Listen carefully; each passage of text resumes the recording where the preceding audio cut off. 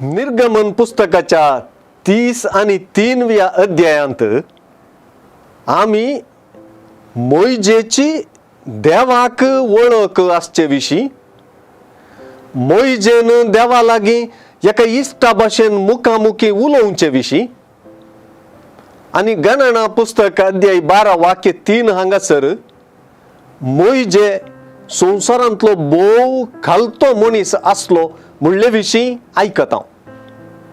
अशें सारकें पळयल्यार निर्गमन पुस्तकांतल्या मोइजेच्या जिविताक आनी जेजूक सुवार्थेंत आपुरबायाची तुलनाची सर मांडून हाडल्या तरी ह्या तुलनांत जेजूचें खाशेलेपण चड स्पश्ट रितीन दिसता.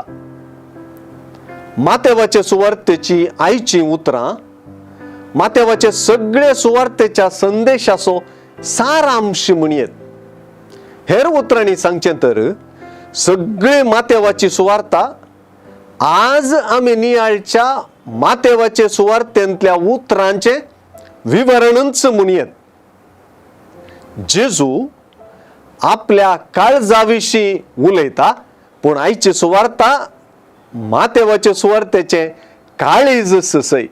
कित्याक आज जेजू आपूण देवाचे गुट जाणा आसचो आनी ते गुट आमकां उगडाप करचो उगडापणगार म्हणून स्पश्ट करता. म्हणजे जेजू आपूण बापाचो भळो आनी कालतो पूत म्हणून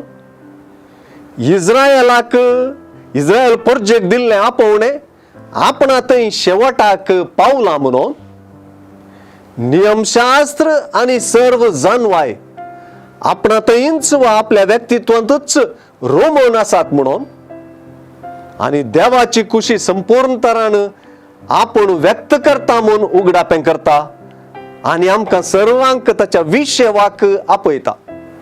हो विशेव न्हय निस्तेज जावन वगींच बसचो, बगार आपल्या लोकां संगी सदांच आसच्या जेजूचे उगडापण जाणा जाल्ले तावन आनी ते परी केल्ले वरवीं उदेवचे शांतीन आनी जिविताचे बर्थीन बरसो.